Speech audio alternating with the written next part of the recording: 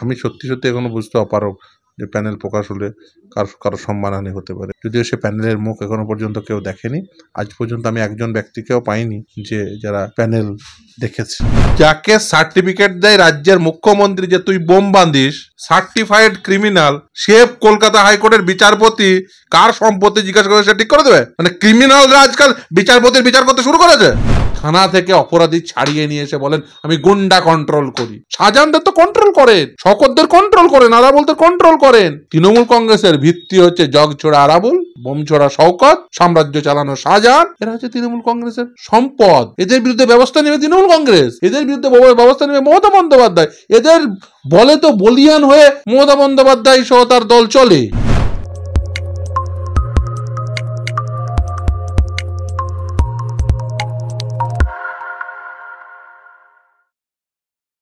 ক্যানিং পূর্বের বিধায়ক শওকত মোল্লা তিনি অভিজিৎ গাঙ্গুলির কিছু বক্তব্য নিয়ে প্রশ্ন তুলছেন।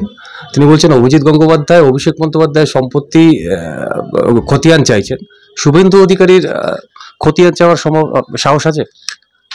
কোন শওকত মোল্লা?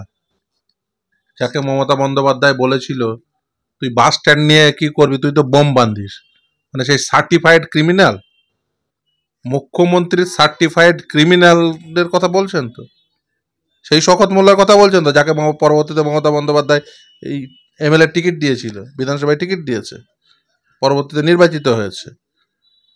দেখুন, যাকে সার্টিফিকেট দেয় রাজ্যের মুখ্যমন্ত্রী যে তুই বোম বাঁধিস, সার্টিফাইড ক্রিমিনাল, সে কলকাতা হাইকোর্টের বিচারপতি কার সম্পত্তি জিজ্ঞাসা করে সে ঠিক করে দেবে? মানে ক্রিমিনালরা আজকাল বিচারপতির বিচার করতে শুরু করেছে। দুর্ভাগ্যজনক। আজকাল ক্রিমিনাল যারা সার্টিফাইড ক্রিমিনাল, তারা কলকাতা হাইকোর্টের বিচারপতি কার সম্পত্তি চাইবে আর কার সম্পত্তি চাইবে না, কার সম্পত্তির হিসাব চাইবে, তারা ঠিক করে দেবে। যারা দুদিন আগে বিড়ি খেত,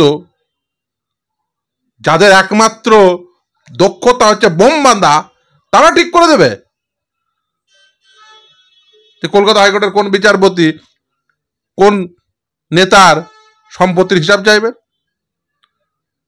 এর আগে ওই ডক্টর শান্তিপ্রসাদ সিনহার সম্পত্তির হিসাব চাওয়া হয়েছে, ঠিক করে দেবেন যে বিচারপতি কার হিসাব চাইবেন কার হিসাব চাইবেন না। এইসব ক্রিমিনালরা, দেখুন, এসব ক্রিমিনালদের কথা অ্যান্সার দিয়ে সময় নষ্ট করার কোনো অর্থ হয় না। এসএসসি নিয়োগ দুর্নীতি মামলায় কল্যাণ বন্দ্যোপাধ্যায় তিনি আর্জি জানাচ্ছেন যে বহুদিন ধরে যারা চাকরি করছেন তাদের চাকরি বহাল রাখা হোক। দেখুন, তিনি তার মক্কেলের কথা বলবেন, সেটা স্বাভাবিক। যখন সেই ধরনের ব্যক্তিদের রিপ্রেজেন্ট করছেন, তিনি কথা বলতে পারেন, এই নিয়ে আমি কোনো মন্তব্য করতে চাইবো না। এটা সম্পূর্ণভাবে পেশাগত বিষয়, ফলে এই পেশাগত বিষয়ে আমি মন্তব্য করতে একেবারেই চাইবো না। কিন্তু এ কথা অবশ্যই ঠিক যে দেখুন, আমরা যে কথা বলছি বারবার, যে যোগ্য ব্যক্তিরা চাকরি পাওয়া উচিত, অযোগ্যদের চাকরিতে বহাল থাকা উচিত নয়, এটা আমাদের বক্তব্য। কিন্তু কে কার হয়ে রিপ্রেজেন্ট করবে সেটা তার সম্পূর্ণ ব্যক্তিগত বিষয়, পেশাগত বিষয়, এই নিয়ে মন্তব্য করাটা সমীচীন নয়। আবারও নিউমেরিক পোস্টের কথা বলা হয়েছে, আবারও ওই অযোগ্যদের বাঁচানোর কথা বলা।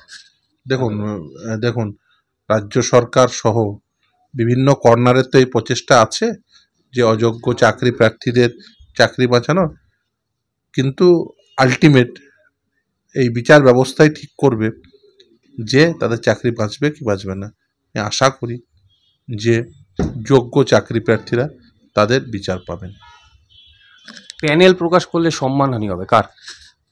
আমি সত্যি সত্যি এখনো বুঝতে অপারগ যে প্যানেল প্রকাশ হলে কারো সম্মানহানি হতে পারে। দেখুন, বিভিন্ন আইন যদি আপনি দেখেন, বিশেষ করে এই রাজ্যের নিয়োগের আইন, তাহলে দেখবেন প্যানেল পাবলিশ করারই আইন রয়েছে। সে আপার প্রাইমারি হতে পারে, নবম দশম হতে পারে, একাদশ দ্বাদশ হতে পারে।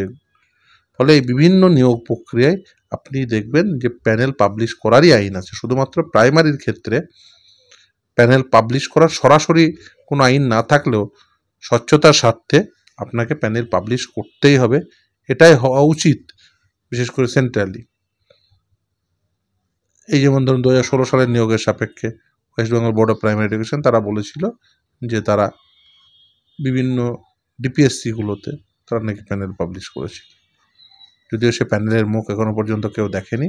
আজ পর্যন্ত আমি একজন ব্যক্তিকেও পাইনি যে যারা প্যানেল দেখেছে। আদৌ প্যানেল পাবলিশড কিন্তু হয়নি, এখন প্যানেল তারা দিতে বিভিন্নভাবে টালবাহানা করছেন। আদালতে দেখেছেন যে তারা মামলাও করেছেন, অ্যাপিলও করেছেন। দেখুন, প্যানেল পাবলিশ করতে হবে, কে কে চাকরি পেল এই তার তথ্য দিতে হবে এবং সেটাই হওয়া উচিত। কিন্তু অনেকেই বুঝতে পারছেন যে সেটা পাবলিশড হয়ে গেলে যে অযোগ্যরা যারা চাকরি পেয়েছে তাদের যদি নাম্বার সহ প্রকাশ করে অনেকের অসুবিধা হবে, তাই বিভিন্নভাবে প্রয়াস নিশ্চিতভাবেই হচ্ছে। বিচারপতি গঙ্গোপাধ্যায়ের এজলাসেই কেন বেছে বেছে মামলা করা হয়েছে প্রশ্ন তুলেছে। হ্যাঁ, এরকম তো আর হতে পারে না। এখন ডিটারমিনেশন আমাদের কলকাতা হাইকোর্টে নির্দিষ্টভাবে কোন বিচারপতি কোন মামলা নেবেন তার নির্দিষ্টভাবে লিস্ট বেরোয়। Chief justice being master of the roster, তিনি ডিটারমিন করেন কোন বিচারপতি কোন ধরনের বিষয়ে বিচার করবেন। ফলে এটা কখনোই কোনো মানে অন্য কোনো বিচারপতি সেটা নিজের পছন্দে নিতে পারেন না।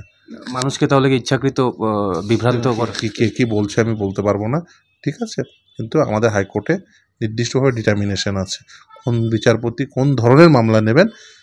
Chief justice being master of the roster, তিনি ডিটারমিন করে দেন যে এই বিচারপতি তিনি প্রাথমিকের মামলা নেবেন, এই বিচারপতি তিনি সেকেন্ডারি মামলা নেবেন। এইভাবে ডিটারমিনেশন ঠিক হবে। এই বিচারপতি গ্রুপ 9 নেবেন, গ্রুপ 2 নেবেন উনি। এইভাবেই বিচারপতি চিফ জাস্টিস কোন বিচারপতি কোন ধরনের মামলা নেবেন, আমরা নির্দিষ্টভাবে গ্রুপ ভাগ আছে আমাদের, সেই গ্রুপের আবার আবার নির্দিষ্টভাবে, যেমন ধরুন গ্রুপ 2 সেখানে এডুকেশনের আবার বিভিন্ন বেঞ্চ আছে, প্রাইমারি সেকেন্ডারি বেঞ্চ আলাদা, কলেজ ইউনিভার্সিটির বেঞ্চ আলাদা। ফলে বিভিন্ন বিচারপতি ডিটারমিনেশন পান এবং সেই ডিটারমিনেশন চেঞ্জ হয় টাইম টু টাইম।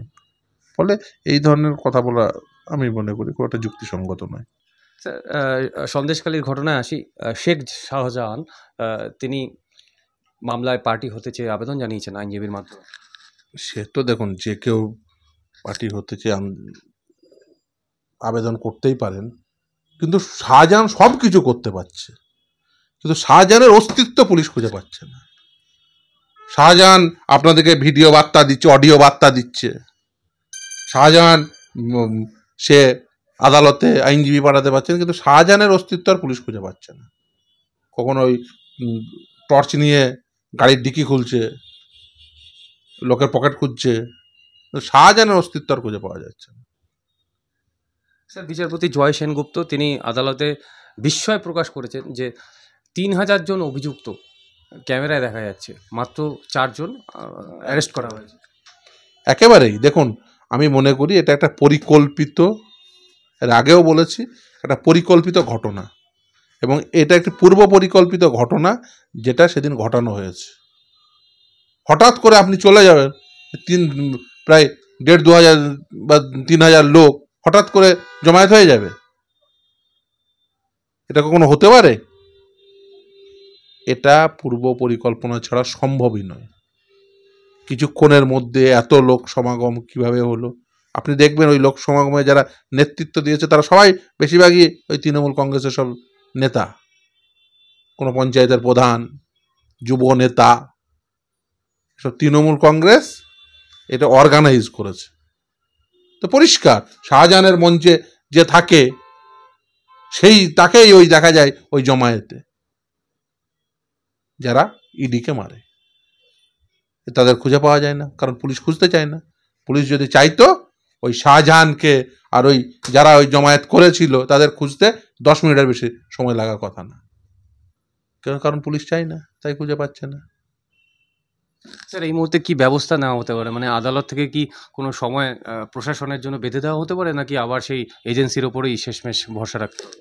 দেখুন, আমি মনে করি যে এই ঘটনায় যদি দৃঢ়তম ব্যবস্থা না নেওয়া হয় তাহলে কিন্তু ভবিষ্যতে এই যুক্তরাষ্ট্রীয় কাঠামোয় দাঁড়িয়ে কেন্দ্র এবং রাজ্যের সম্পর্ক, গণতান্ত্রিক ব্যবস্থাপনা, এগুলো কিন্তু থ্রেটের মুখে পড়বে। মানুষের আর বিশ্বাস থাকবে না সিস্টেমের প্রতি। তাই মানুষের এই যে গণতান্ত্রিক সিস্টেম, যেটা এই মুহূর্তে অন্ততপক্ষে অপারেশনাল তো আছে, তাই ইমিডিয়েট উচিত এই সমস্ত দুষ্কৃতীদের গ্রেপ্তার করা। আর সেটা যদি পুলিশ না করতে পারে, একজন পাবলিক সার্ভেন্টকে তার দায়িত্ব পালনে গিয়ে মার খেতে হচ্ছে, তাও আবার দুর্নীতির মতো এরকম একটি গুরুতর অভিযোগের তদন্ত করতে গিয়ে, তারপরেও পুলিশ চোখ বন্ধ করে বসে আছে, আসামিকে খুঁজে পাচ্ছে না, শাহজাহানকে খুঁজে পাচ্ছে না, তৃণমূল কংগ্রেসের ওই সমস্ত নেতাদের যারা ওই দিন জমায়েত করিয়েছিল তাদের খুঁজে পাচ্ছে না। অত্যন্ত দুর্ভাগ্যজনক, এবং এদের ইমিডিয়েট প্রত্যেককে গ্রেপ্তার করা উচিত, বিশেষ করে তারা যারা এই জমায়েত ঘটিয়েছিল সেই সমস্ত নেতৃত্বে। এবং সেটা যদি পুলিশ না পারে তাহলে জানতে হবে যে এই পুলিশ অপারগ, এবং এই ঘটনার জন্য এই রাজ্যের পুলিশ মন্ত্রীর ইমিডিয়েট পদত্যাগ করা উচিত। আর এই রাজ্যের পুলিশ মন্ত্রীর নাম মমতা বন্দ্যোপাধ্যায়। আর যদিও ওর বেশি দিন থাকার সুযোগ কম, সময় ঘনিয়ে আসছে, খুব শীঘ্রই হয়তো ওকে জেলেও যেতে হবে। 307 ধারা কেন দেওয়া হয়নি প্রশ্ন তুলছেন বিচারপতি জয় সেনগুপ্ত। এবং সকলেরই প্রশ্ন, সকল যে কোনো যুক্তিশীল মানুষের প্রশ্ন সেটাই থাকবে যে প্রাণ সংশয় হওয়ার মতো ঘটনা ঘটল। আপনাদের ক্যামেরার মাধ্যমেই দেখা গেছে যে শুধু রক্ত ঝরেছে তাই নয়, তারা কিন্তু সেখান থেকে প্রাণ ভয়ে পালিয়ে আসতে বাধ্য হয়েছেন। প্রাণ সংশয় হতে পারত। ভাবতে পারেন 3000 লোক এসে ঘিরে ফেললো ওই কয়েকজন আধিকারিককে, কি সন্ত্রস্ত পরিবেশ। গণপিটুনির ব্যবস্থা করেছিলেন তৃণমূল কংগ্রেস, তৃণমূল কংগ্রেসের এই স্থানীয় নেতৃত্ব। আমি জানি না এর পিছনে কে আছে। এই ঘটনার তো আরো গভীরে গিয়ে তদন্ত করা উচিত, কারণ একজন তৃণমূল কংগ্রেসের নেতার বাড়িতে তদন্ত করতে গিয়ে, আমি ঘটনাটা এভাবে দেখছি, যদি সরকারি আধিকারিককে গণপিটুনি খেতে হয়, তার অর্গানাইজার কে? তৃণমূল কংগ্রেস।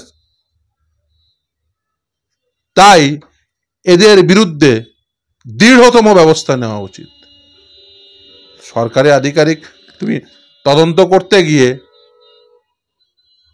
গণপিটুনি খাবে, আর তুমি মহারানীর মতো বসে থাকবে পুলিশ মন্ত্রী হয়ে?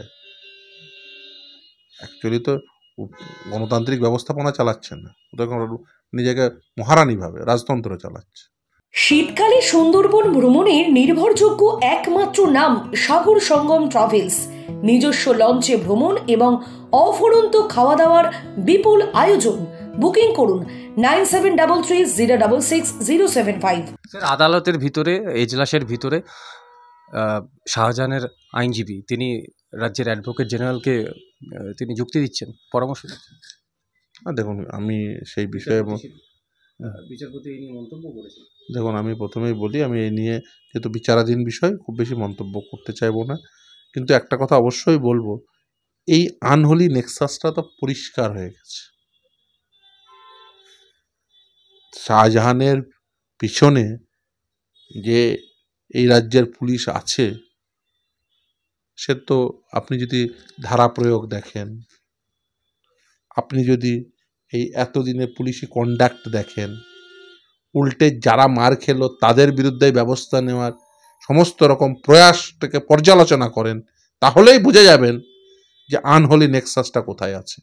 এই আনহোলি নেক্সাসটা পুলিশের সঙ্গে এই ধরনের সমাজ বিরোধী তাদের থাকে আছে, এবং এই তৃণমূল কংগ্রেসের সময়কালে, এদের শাসনকালে সেটাই এখন ভবিতব্য হয়ে গেছে। আর আমরা তো দেখেছি যে মমতা বন্দ্যোপাধ্যায় নিজে থানা থেকে অপরাধী ছাড়িয়ে নিয়ে এসে বলেন আমি গুন্ডা কন্ট্রোল করি। শাহজাহানদের তো কন্ট্রোল করেন, শওকতদের কন্ট্রোল করেন, আরাবুলদের কন্ট্রোল করেন।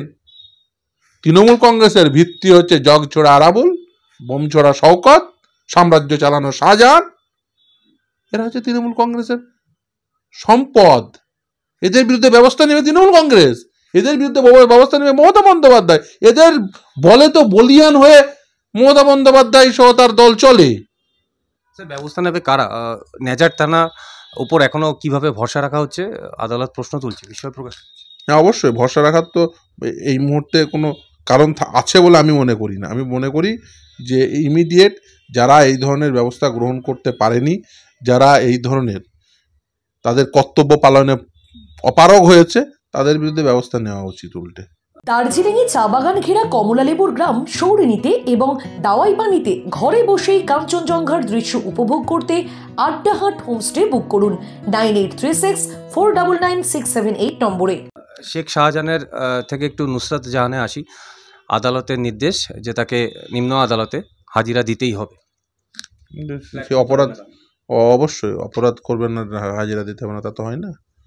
যা যা করেছেন ওই ওই ওই বয়স্ক মানুষগুলোর তাদের অবসরকালীন অর্থকে আত্মসাৎ করার জন্য যে যে ব্যবস্থাদি তৈরি করেছিলেন, তার জন্য উপযুক্ত শাস্তি ওকে পেতেই হবে। এবং আমি মনে করি এই ঘটনার উপযুক্ত তদন্ত হলে আরও অনেক কেউ কেটা বেরিয়ে আসবে। কিন্তু উনি মিডিয়ার ওপর প্রশ্ন তুলছিলেন যে নুসরাত জাহান যে তার মুখটা বিক্রি হয়, তো মিডিয়া সেই মুখটা বিক্রি করার চেষ্টা করছে। মিডিয়াতে আরও অনেকের মুখ বিক্রি হয়, ওর থেকে আরও অনেক মুখ আছে। দুর্ভাগ্য হলো যে এই সমস্ত মুখগুলো মানে এই বেশিরভাগ ক্ষেত্রেই দুর্নীতির সঙ্গে জড়িয়ে যাচ্ছে। দেখুন, নিজেকে কেউ কেউ ভেবে ফেলছেন যে সে সব কিছুর ঊর্ধ্বে, না, নয়। দুদিন আপনাকে ওই কোনো জায়গায় দেখা গেছে বলে, দুটো ফিল্মে দেখা গেছে বলে, যদিও আমি তার কোনো ফিল্ম দেখিনি, মানে সে সব কিছুর ঊর্ধ্বে এবং নিজেকে ওই যে বললো মহারানীর অনুসারী, তারাও তো ছোট ছোট মহারানী ভাবে নিজেদের। পার্লামেন্টে অ্যাটেন্ডেন্স 30%-এরও কম।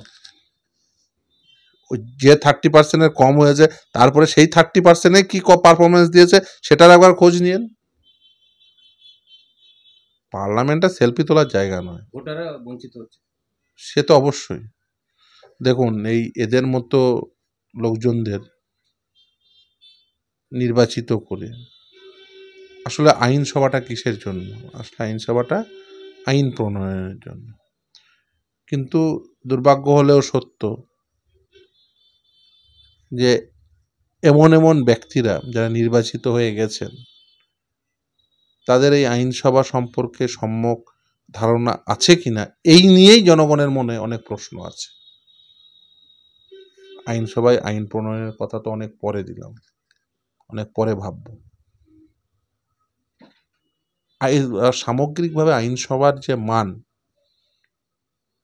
সেই মান নিয়েও সেই জন্য প্রশ্ন উঠে যাচ্ছে। এবং সমস্ত রাজনৈতিক নেতৃত্বেরই উচিত আইনসভার মানকে অটুট রাখার জন্য এবং গণতান্ত্রিক ব্যবস্থাপনাকে সুদৃঢ় করার জন্য যোগ্য ব্যক্তিদের টিকিট দেওয়া উচিত এবং জনগণেরও উচিত যোগ্যতম ব্যক্তিকে নির্বাচিত করা। কিন্তু বিভিন্ন ক্ষেত্রে দেখা গেছে যে সেটা অনেক সময় হয় না বা হয়ে উঠছে না, তার জন্য বঞ্চিত হতে হচ্ছে সাধারণ জনগণকে। অসংখ্য ধন্যবাদ। নমস্কার।